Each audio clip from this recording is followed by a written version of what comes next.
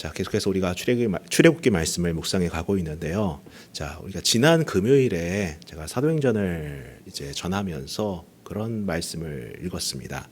베드로가 설교한 내용 중에 이런 표현이 있었죠.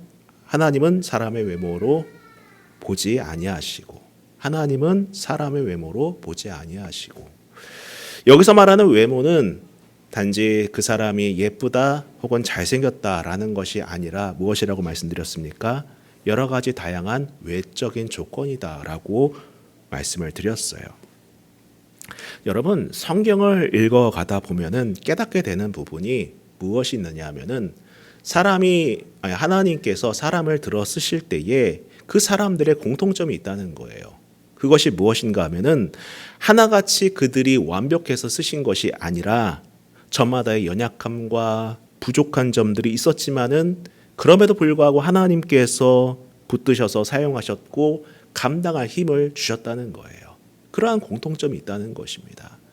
세상은 사람을 외모로 보죠. 조건으로 봅니다. 저 사람이 이 일을 감당할 만한 사람인지를 보고 그것을 평가하는데 하나님께서는 그렇게 하지 아니하시고 어떻게 하십니까? 그 사람에게 감당할 힘을 주신다라는 거예요.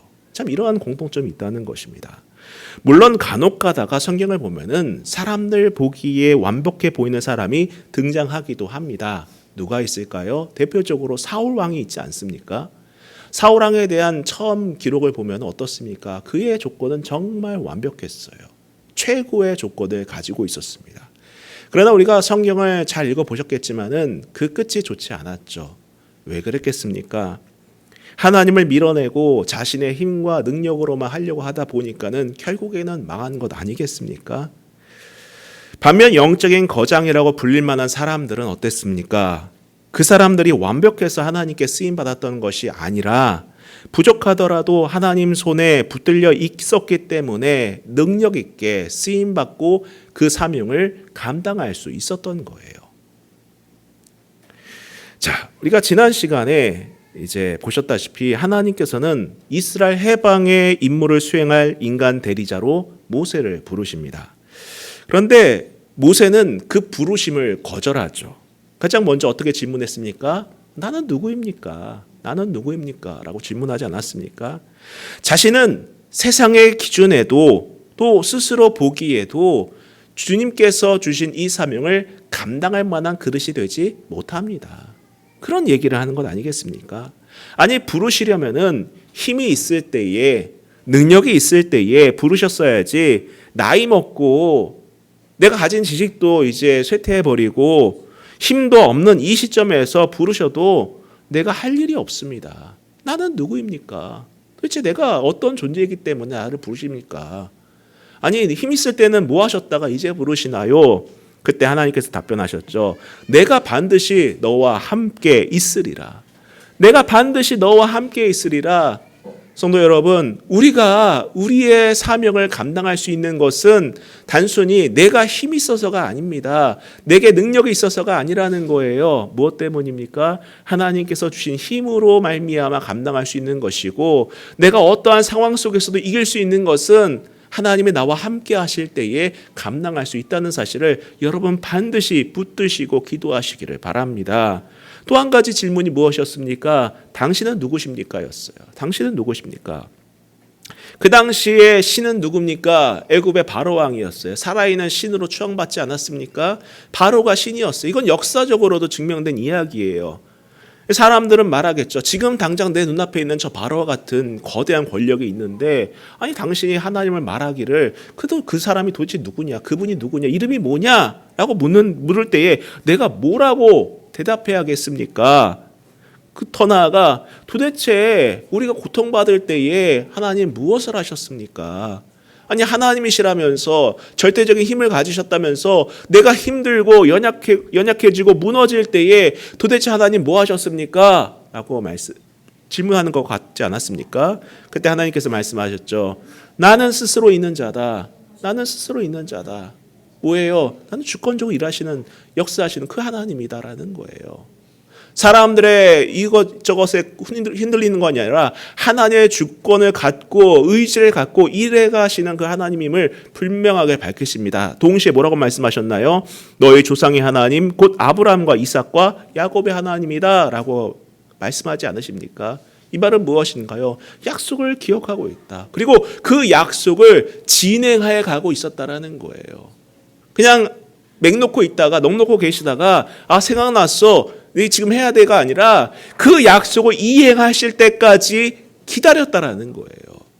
그때가 아니면은 이스라엘 백성들을 구원할 수 없기 때문에 그들이 구원을 필요하다고 생각하지도 않았기 때문에 그때를 기다리셨고 그 약속을 적절할 때 실행하실 그 하나님이심을 밝히셨다라는 것을 보게 됩니다. 자, 그런데 보세요. 이 정도 거절하면은요, 사람도 질릴 것 같아요. 내가 무언가를 부탁할 때에 좀 이것 좀 해주시면 안 되겠습니까? 저는 안 됩니다. 능력이 안 됩니다. 당신 뭔데 나한테 시킵니까? 그러면은 그래요? 뭐 당신 말고 할 사람 없을까요? 하고 딴 데 가버릴 것 같아요. 포기할 것 같습니다.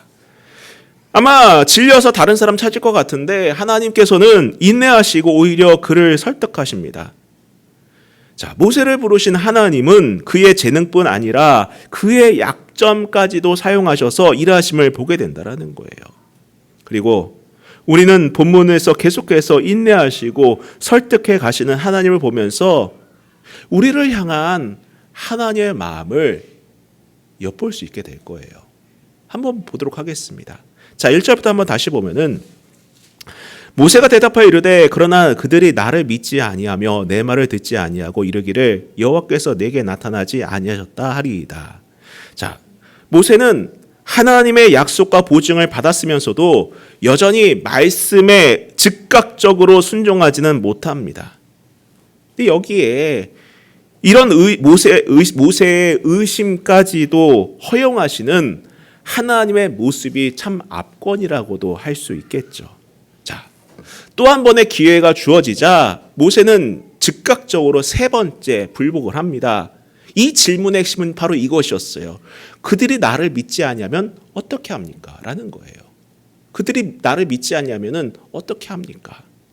앞서 첫 번째 질문은 나는 누구입니까? 바로 모세와 관련되어 있었던 질문이었어요. 두 번째 질문은 무엇이었습니까? 당신은 누구입니까? 이것은 하나님과 관련되었던 질문입니다. 자, 모세의 그 다음 질문인 어떻게 합니까? 어떻게 합니까는 이제 앞으로 맞닥뜨릴 이스라엘 백성들과의 관련된 문제였다라는 거예요. 이러한 질문이었다는 것입니다. 자, 그들이 믿지 않으면 어떻게 하겠습니까? 그들이 믿지 않으면 어떻게 해야 되겠습니까? 자, 여러분, 우리는 살아가면서 필연적으로 이런 질문과 함께 두려움을 갖곤 합니다. 앞으로 내 삶이 어떻게 될까? 이런 질문을 하지 않습니까? 내 삶이 앞으로 어떻게 될까? 또 가정을 이루신 분들, 또 자녀를 기르신 분들께서는 앞으로 내 자녀가 어떻게 살까? 이러한 고민들 다 하지 않나요? 다 똑같지 않겠습니까? 또 나라에 대해서 관심 가진 분들은 앞으로 이 나라가 어떻게 될까? 이러한 근심과 두려움과 염려를 갖고 살아가지 않겠습니까? 저마다 우리는 어떻게 할까요? 어떻게 해야 될까? 이러한 두려움과 이러한 질문을 갖고 살아갑니다. 자, 오늘 신문 기사를 보니까는 우리가 직면하고 우리가 걱정하는 것들 가운데에 96%는 대부분 쓸데없거나 별로 중요하지 않은 일이라고 합니다. 그래서 왜냐하면은 일어나지 않을 일이 무려 40%라는 거예요.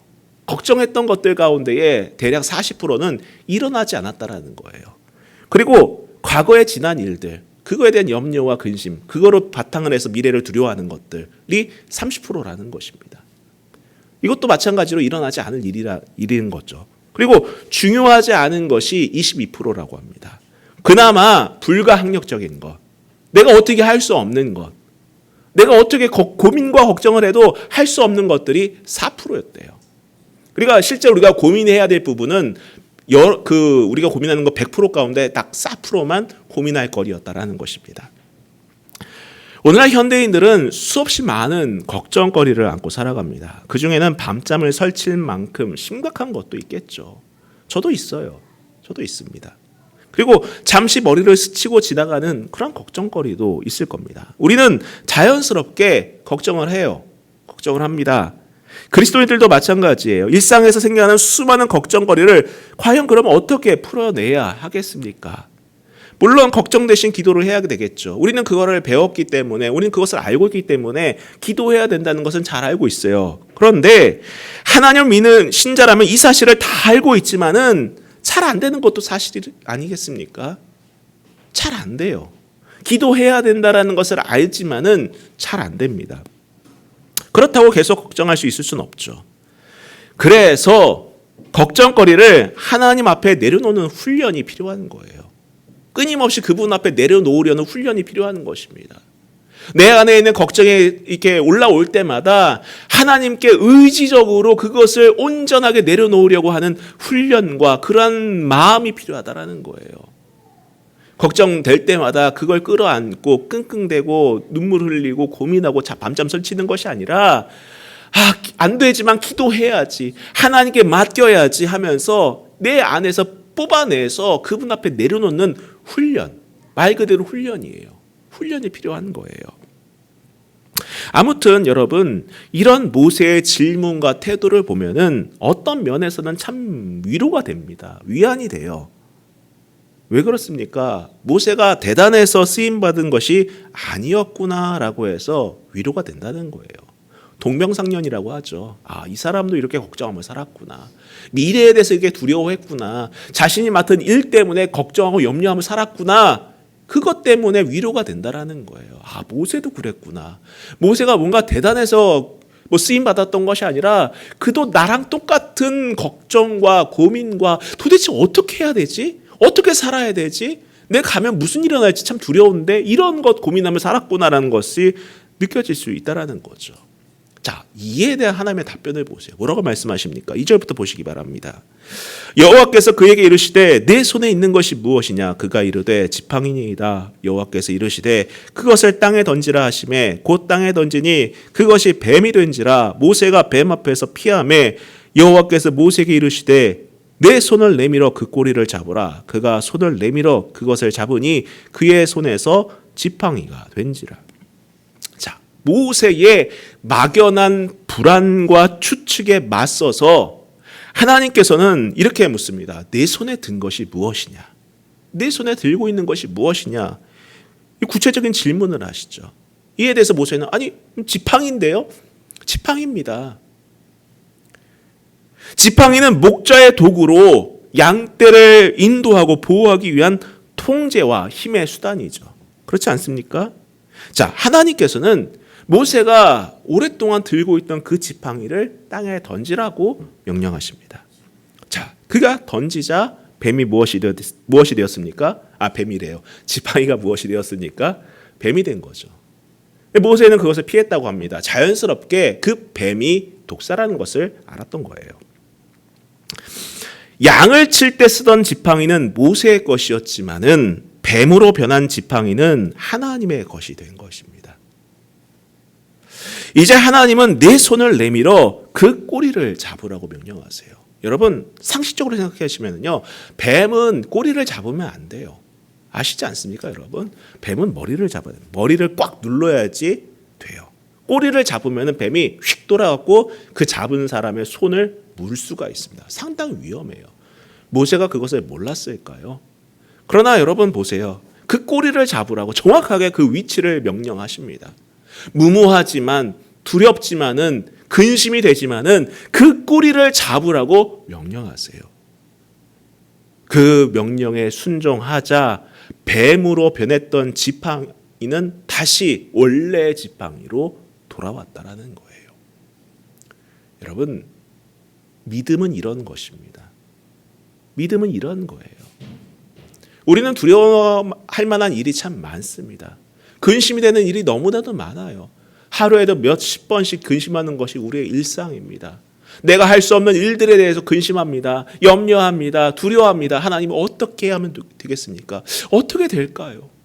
과연 내 인생이 어떻게 될까요? 우리의 삶이 어떻게 될까요? 내 자녀의 삶이 어떻게 될까요? 이 나라의 국운이 어떻게 될까? 이런 염려와 걱정을 짊어지고 살아가고 있지 않습니까? 그때 하나님께서 말씀하시죠. 꼬리를 잡으라. 이해되진 않지만은, 상식적으로는 납득하기 어렵지만은, 과연 왜 내가 이걸 해야 하는지 의문이 들기도 하지만은, 그 명령을 하실 때에 순종하는 마음으로 잡으면 어떤 일이 일어납니까? 기적의 역사가 일어난다는 거예요.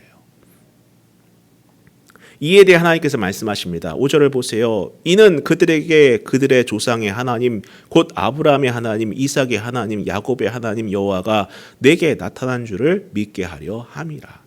자, 지팡이가 뱀으로 변한 표징의 목적이 어디에 있었던 것입니까? 그들에게 그들의 조상 하나님 곧 아브라함의 하나님, 이삭의 하나님, 야곱의 하나님 여호와가 내게 나타난 줄로 믿게 하려 함이라고 말씀하신다는 거예요.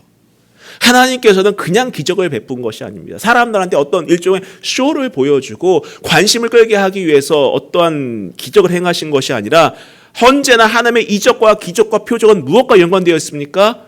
믿음과 연관되어 있다는 거예요. 믿음과 연관되어 있습니다. 그 믿음을 갖게 하는 수단으로 항상 쓰였다는 거예요. 신약 성경에 와도 예수님께서 보이신 이적과 기적, 사도들이 보였던 그러한 기적들도 언제나 무엇과 연관됐습니까? 믿음과 연관되었던 것입니다.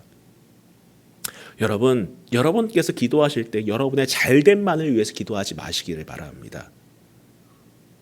여러분의 마음에 있는 짐을 덜어내기 위한 수단으로 기도하지 마시길 바랍니다. 여러분이 기도하실 때는 하나님, 내 삶을 통해서 하나님이 드러나길 원합니다. 많은 사람들에게 믿음의 표징이 되길 원합니다라고 기도하시기를 바랍니다.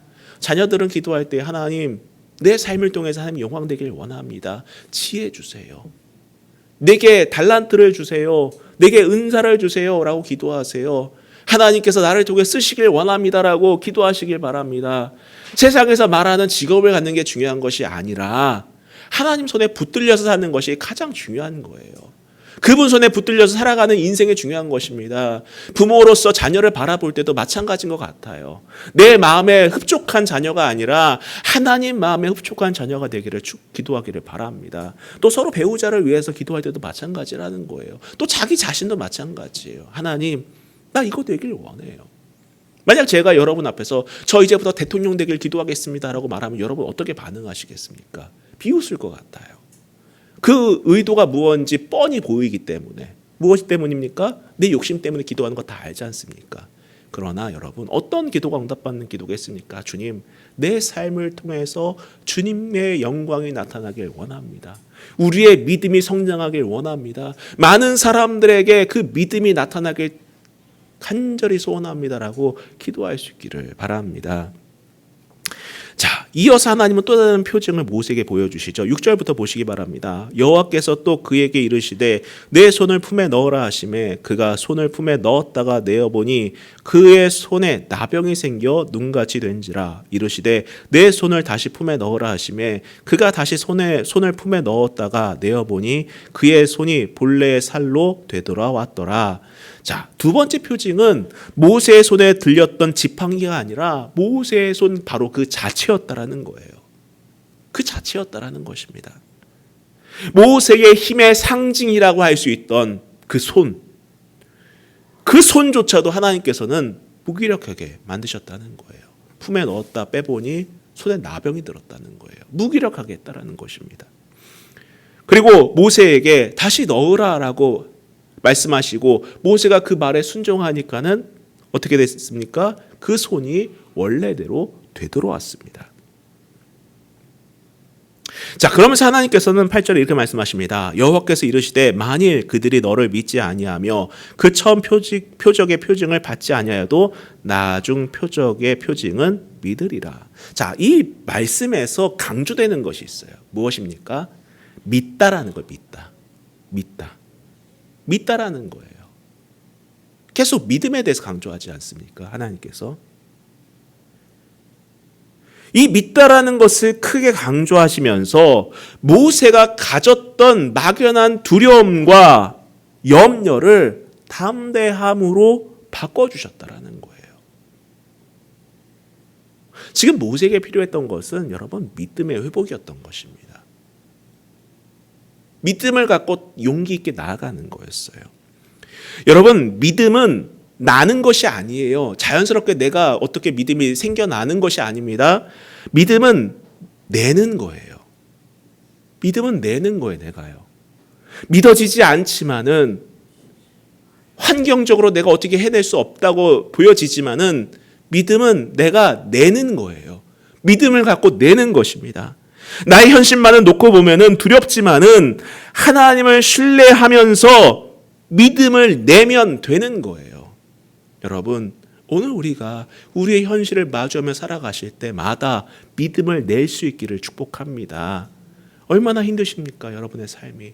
저도 그렇지만 여러분도 쉽지 않은 삶을 살아가고 있을 것 같아요. 하루하루 버겁고 하루하루 힘겹고 하루하루 무거운 삶을 걸어 나가고 있을 것입니다. 자, 그럴 때 정말 필요한 것은 쉼도 중요하지만은 믿음입니다. 여러분, 여러분의 삶 속에서 믿음을 낼 수 있기를 다시 한번 축복합니다. 자, 이어서 또 다른 표징을 보여주시죠. 9절을 보시기 바랍니다. 그들이 이 두 이적을 믿지 아니하며 내 말을 듣지 아니하거든 너는 나일강 물을 조금 떠다가 땅에 부으라. 내가 떤 나일강 물이 땅에서 피가 되리라. 자, 하나님께서는 다시 한번 말씀하십니다. 그냥 물을 말씀하지 않으세요. 나일강 물을 떠다가 땅에 부어라. 그럼 그것이 피가 될 것이다. 여러분, 지팡이가 뱀이 되는 것, 또 손에 생긴 나병, 또 나일강 물이 피가 되는 것, 사실 이 세 가지 표징은 모세에게 믿음을 주시기 위한 징표이기도 했지만 동시에 하나님 앞에서 애굽의 무력함을 보여주는 상징이기도 했다는 거예요. 애굽에서 지팡이와 뱀은 둘 다 권위의 상징입니다. 여러분, 한번 우리가 석관, 미이라 석관 같은 거 보시면은 공통점이 두 가지가 있죠. 무엇입니까? 이마에는 코브라가 있어요. 그리고 이렇게 뭘 잡고 있습니까? 지팡이를 이렇게 움켜쥐고 있어요. 이게 권력의 상징입니다. 뱀과 지팡이가. 그리고 나병은 하나님 앞에서 오만할 때 받는 형벌로 간주되었어요. 저건 신의 저주를 받은 것이다라고 간주됐습니다.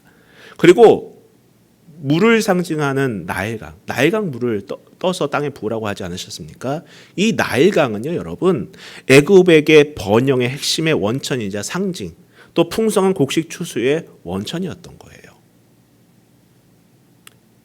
곧 이 세 가지 표적은 하나님께서 모세에게 그가 그토록 두려워하고 있던, 그 마음속 깊이 두려워하고 있던 대제국 애굽보다 하나님이 더 크고 더 강대하심을 보여준 표적이기도 했다라는 거예요.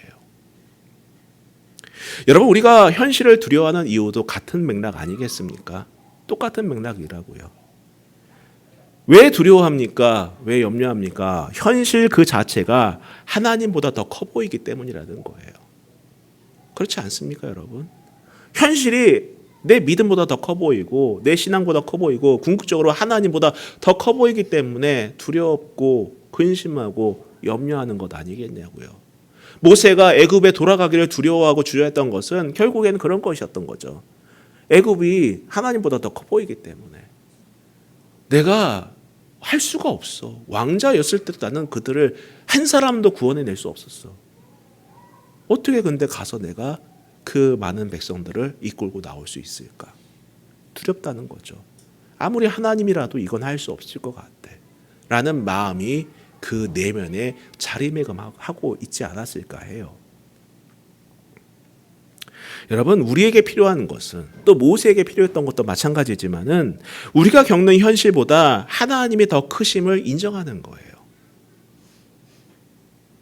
대제국 애굽보다 하나님이 크다라는 것을 인정해야 하는 것처럼 우리의 현실보다 하나님이 더 크시고 강대하시다라는 것을 인정하는 것이 필요합니다. 그 믿음을 회복해야만이 두려움과 주저함을 넘어설 수 있게 되는 거예요. 여러분, 우리가 기도하지 않습니까? 말씀 날마다 묵상하잖아요. 그럼에도 불구하고 두려워하는 이유는 우리가 여전히 넘어서지 못했다라는 거예요. 여전히 넘어서지 못했다라는 것입니다. 여전히 세상을 더 크게 보고 말씀을 더 작게 보고 약속을 더 작게 보기 때문이라는 거예요. 여러분, 믿음을 회복할 수 있기를 바랍니다. 여러분의 마음 안에 있는 그 신앙을 회복하세요. 하나님에 대한 인식을 회복할 수 있기를 다시 한번 부탁드립니다. 자, 이 정도 했으면은 순종할 만하죠. 근데 모세는 또 다른 이유를 들어서 불복합니다. 대단해요. 한 고집합니다. 자, 10절을 보세요. 모세가 여호와께 아뢰되 오 주여 나는 본래 말을 잘하지 못하는 자니이다. 주께서 주의 종에게 명령하신 후에도 역시 그러하니 나는 입이 뻣뻣하고 혀가 둔한 자니이다. 자, 이번에 되는 핑계는 무엇입니까? 나는 말 잘 못해요. 나는 말을 잘 못해요. 여러분 한번 생각해 보세요. 과연 모세가 말을 잘 못했을까요? 정말 말을 잘 못했겠습니까? 한번 상식적으로 한번 생각해 보세요. 말을 정말 잘 못했을까요? 여러분 그 모세는 왕궁에서 최고의 교육을 받은 사람이에요. 40년 동안 왕궁에 있던 사람입니다. 여러 교육과 함께 여러 그 높은 사람들과 교제를 나누고 삶을 살았던 사람이에요. 자연스럽게 사교적인 언어 또 지도자로서의 언행들을 배우지 않았겠습니까? 그건 당연한 거예요, 여러분. 40년 하면은요, 여러분 그냥 놔둬도 됩니다. 서당계 3월이면 서당계 10년이 풍어를 읊는다라고 그렇잖아요. 여러분 그냥 자연스럽게 되는 부분이에요. 지도자로서의 소양을 갖췄다고 본다면은 언변은 자연스럽게 따라왔을 것입니다. 아무도 이 부분에 대해서 의문을 제기하지 않을 것 같습니다. 자, 그런데 그럼에도 불구하고 그는 왜 이런 말을 하고 있는 것일까? 단순히 하기 싫어서 핑계를 대는 것일까요? 중2병에 걸린 아이처럼 그냥 싫어서 안 할래요 이런 것이겠습니까? 나이가 80이신데 전혀 그렇지 않죠. 왜 그렇겠습니까? 어쩌면 모세는요 자신감을 잃었을 수도 있을 거예요. 그렇지 않습니까, 여러분? 생각 한번 해보세요. 우리가 같은 입장에서 본다면 어땠을 것 같습니까? 자, 아무리 좋은 배움이 있다 하더라도 쓸모없는 것처럼 보이는 존재로 40년을 보내면은요 그 마음의 자존감은 바닥을 칩니다. 그렇지 않습니까, 여러분? 아무리 고등교육을 받고 정말 사람들이 우러러 볼 만한 대학에 나왔다 하더라도 40년을 만약에 여러분 생각해 보세요. 그냥 아무 일 없이 그냥 양치는 목자로 살았다면은요 자존감이 바닥이 됐을 것 같아요. 나는 아무것도 할 수 없는 존재인가 봐. 나는 무능력한 자인가 봐. 마음에 우울증도 오고 무기력함도 오고 자기 비하도 하면서 참 마음이 많이 무너져 있지 않았을까. 아니 무너진 지도 너무 오래돼서 체념하고 그냥 나는 이런 사람이야 라고 굳어져 있진 않았을까 라고 조심스럽게 추측해 볼 수 있을 겁니다. 여러분 우리도 자신감을 잃을 때가 있어요. 그렇죠? 우리도 자신감을 잃을 때가 있습니다. 그래서 내게 온 기회조차 포기하는 경우도 있습니다. 하나님 저는요 가망이 없습니다. 아무리 옆에서 좋은 말을 해주고 권면을 해주고 같이 무언가를 해줘도 힘이 없어서 무기력해질 때도 있어요. 전 아무것도 할 수 없습니다. 우리의 기준으로만 생각하면은요 충분히 그럴 수 있어요. 내 기준으로만 본다면 충분히 그럴 수 있습니다. 자, 그런 모세에게 하나님께서 뭐라고 답변하십니까? 11절부터 보시기 바랍니다.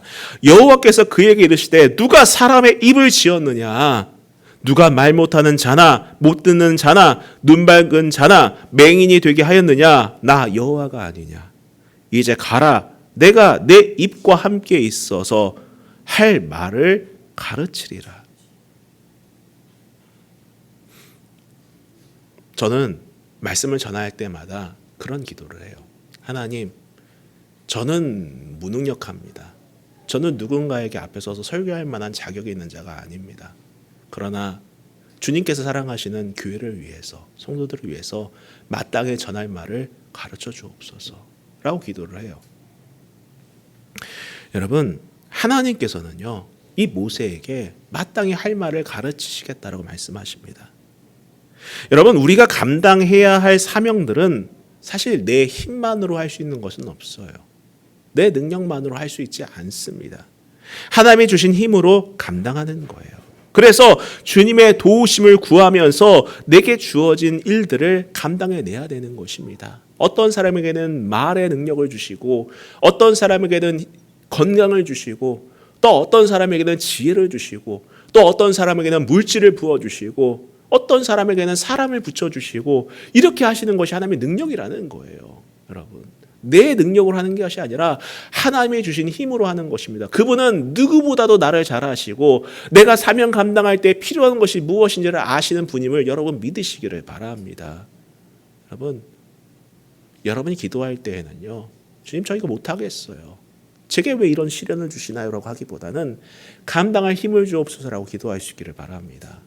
주님 감당할 수 있는 힘을 주옵소서, 체력을 주옵소서, 영성을 주옵소서, 언변을 주옵소서, 지혜를 주옵소서, 물질적인 축복도 더하여 주옵소서, 다양한 능력으로 주여 허락하옵소서, 이렇게 기도하세요. 그래서 그 능력을 내 것으로 삼는 것이 아니라 하나님의 것으로 돌려드릴 줄 아는 겸손도 겸비하시기를 축복합니다. 자, 계속해서 대단한 것 같습니다. 모세 13절 보세요. 또 모세가 이르되 오 주여 보낼 만한 자를 보내소서.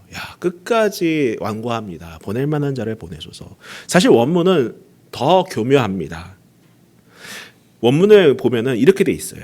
보낼 만한 다른 사람을 형편에 맞게 뽑으소서라고 되어 있어요. 보낼 만한 사람을 형편에 맞게 뽑으소서. 주님, 저는 진짜 아닌 것 같아요. 주님 보시기에 좀 형편에 맞는 사람을 좀 뽑으세요라고 부탁합니다. 이에 대해 하나님은 즉각 반응하시죠. 14절 보세요. 여호와께서 모세를 향하여 노하여 이르시되, 드디어 화를 내십니다. 레위 사람 내 형 아론이 있지 아니하냐? 그가 말 잘하는 것을 내가 아노라. 그가 너를 만나러 나오나니 그가 너를 볼 때에 그의 마음에 기쁨이 있을 것이라.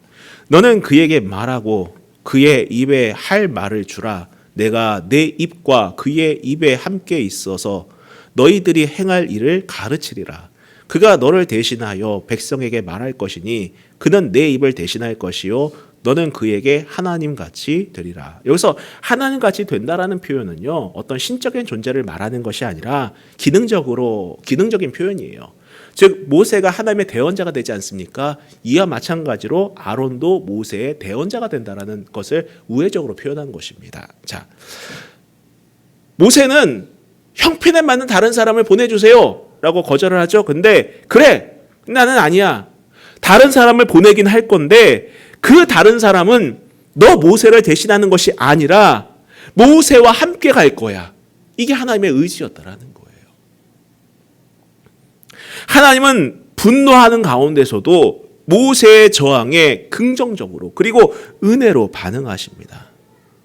이렇게 하나님은 모세가 이 힘든 사명을 성취하는 데 필요한 모든 것을 공급하셨다라는 거예요. 저는 이 부분이 참 은혜가 됩니다. 참 은혜가 돼요.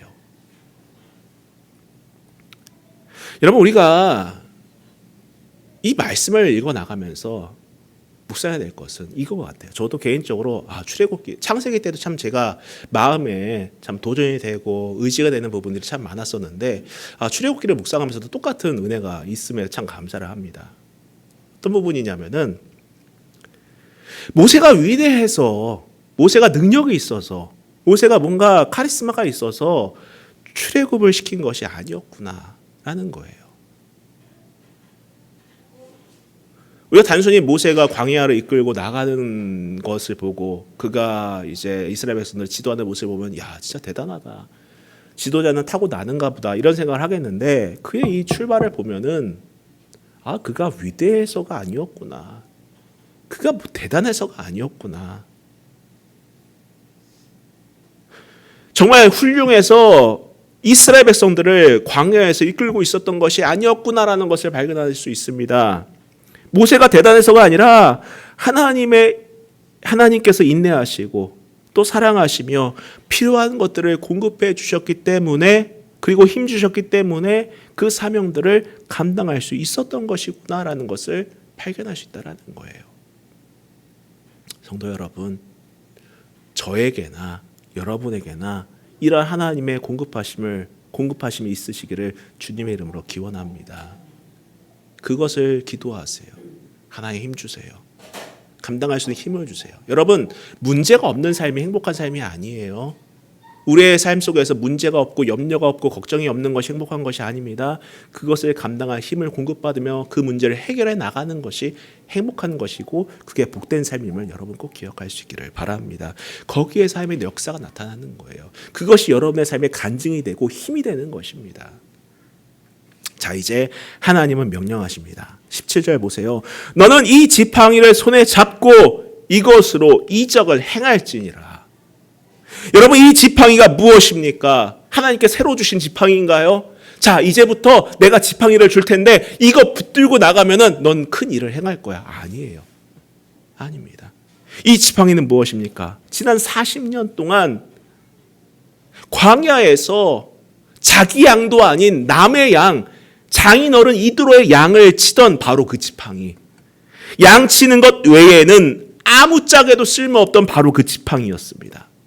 그 평범했던 지팡이가 이제는 특별한 지팡이가 되었던 거예요. 성경을 좀 내려가다 보면 지팡이를 이렇게 표현합니다. 여러분 20절 한번 보시기 바랍니다. 20절에 뭐라고 되어 있습니까? 모세가 그의 아내와 아들들을 나귀에 태우고 애굽으로 돌아가는데 모세가 뭐라고 되어 있습니까? 하나님의 지팡이를 손에 잡았더라. 뭔가 새로운 지팡이가 아니에요. 뭔가 다른 지팡이가 아닙니다. 뭔가 특별한 지팡이가 아니었어요. 그가 그동안 잡아왔던 그 지팡이. 모세가 양을 치던 바로 그 지팡이였습니다. 이게 무슨 능력이 있을까? 생각했던 바로 그 지팡이. 그 살아가는데 필요했던 그 지팡이가 이제는 어떤 지팡이가 되었습니까? 하나님의 지팡이가 된 거예요. 모세가 사용하던 지팡이를 하나님의 지팡이라고 말합니다. 여러분, 하나님께서는 우리의 일상을 통해 일하십니다. 우리의 평범했던 삶을 특별하게 만들어 가시는 분이십니다. 중요한 것은 누구 손에 붙들려 있느냐예요. 내 손에 있을 때는 평범한 것이었지만은, 그리고 별 특별한 것이 없어 보였던 것이지만은 하나님께서 쓰시고자 하는 그 순간부터 그것은 특별한 것이 되는 것입니다. 저는 저와 여러분의 삶이 특별한 삶이 될 수 있기를 축복합니다. 하나님 손에 붙들렸을 때의 하나님 지팡이가 되는 것처럼 여러분의 일상에도 하나님께서 함께 하시고 그분 손에 붙들린 인생이 되시기를 다시 한번 주님의 이름으로 축복합니다. 우리 같이 찬양하고 기도하도록 하겠습니다.